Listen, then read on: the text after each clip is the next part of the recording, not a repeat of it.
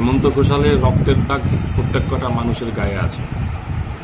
এখানে রবিরাম সর্দারের আত্মবলিদান মানুষ ভুলে যেতে, আমরা দিইনি, মানুষও ভুলতে চান না।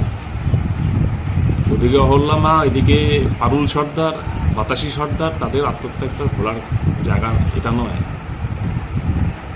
সবচেয়ে খারাপ যে 1977 সালে আসার পরে, বামফ্রন্ট সরকার আসার পরে যে ভূমিহীন মানুষদেরকে 1 বিঘে হোক, 2 বিঘে হোক, 3 বিঘে হোক জমি দিয়েছিল, যাদের কোনোদিন জমি ছিল, সেই জমি লুট করা শুরু হয়েছে।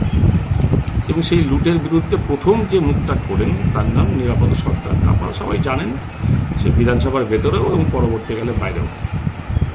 সবচেয়ে কষ্টের এবং আশ্চর্যের ব্যাপার সেটা হচ্ছে শহীদের জমি, শহীদ পরিবারের জমি পর্যন্ত লুট করা হয়েছে।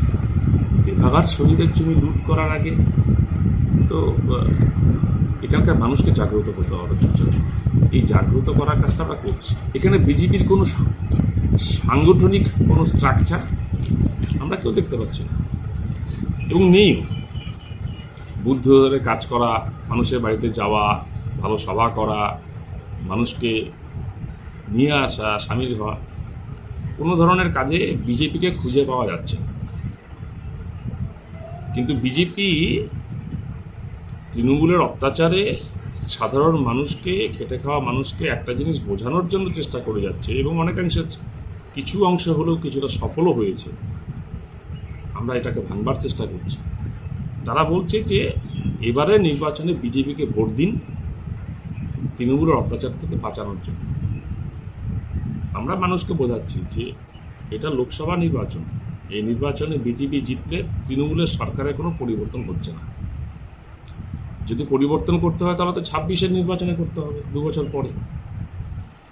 আর বিজেপির যে জনবিরোধী নীতি, আদিবাসীদের সম্পর্কে বিজেপি বা আরএসএস এর মনোভাবটা কী, সংখ্যালঘুদের সম্পর্কে আরএসএস বা বিজেপির মনোভাবটা কী, মহিলাদের সম্পর্কে মনুবাদী ভাবনা চিন্তা কী, এটা ধরে ধরে ধরে ধরে আমরা মানুষকে বোঝাবার যখন চেষ্টা করছি, মানুষ কাতারে কাতারে কিন্তু আমাদের দিকে বুঝতে পারছেন যে না, ঠিকই এক্ষেত্রে বোধহয় আমাদের আরেকটা ভুল হতে যাচ্ছে। সবটাই করে উঠতে পেরেছি আমরা মনে করি না, চেষ্টা জারি আছে।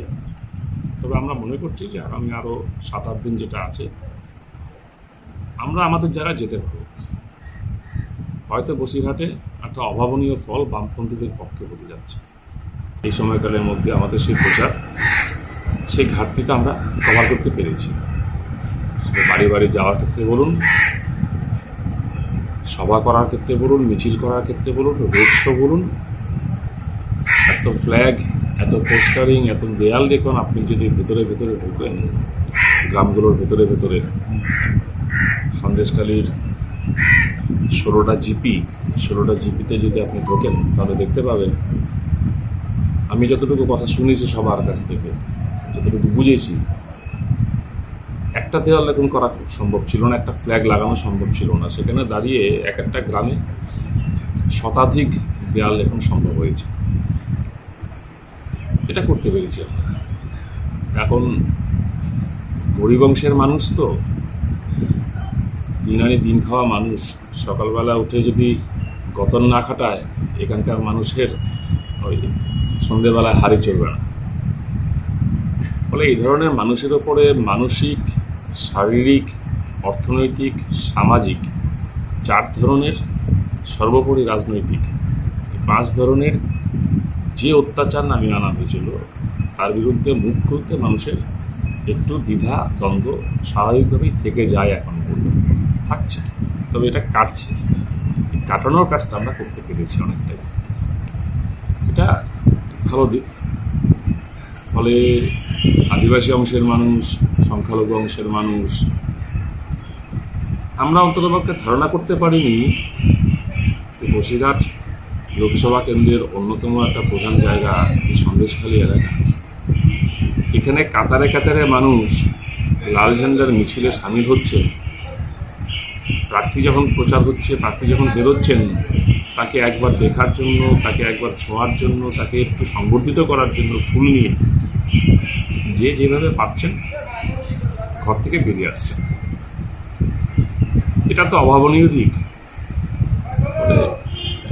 একটা একটা লক্ষণ আমরা অবশ্যই পাচ্ছি, যেটা আমরা অবশ্যই বলবো পজিটিভ লক্ষণ। রাজনৈতিক পরিমণ্ডলের ক্ষেত্রে অবশ্যই পজিটিভ লক্ষণ।